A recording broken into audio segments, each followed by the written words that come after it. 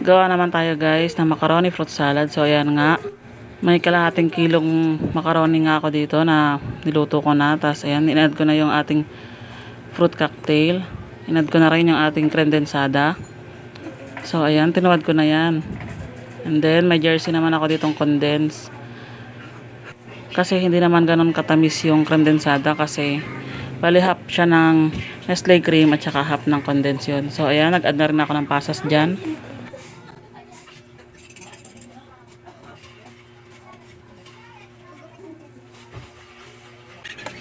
At halu-haluin nga lang din natin yan.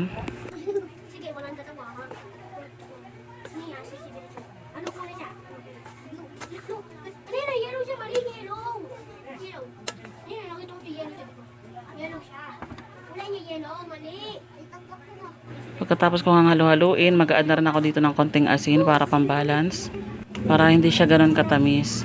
So ayan, halu-haluin lang ulit natin yan.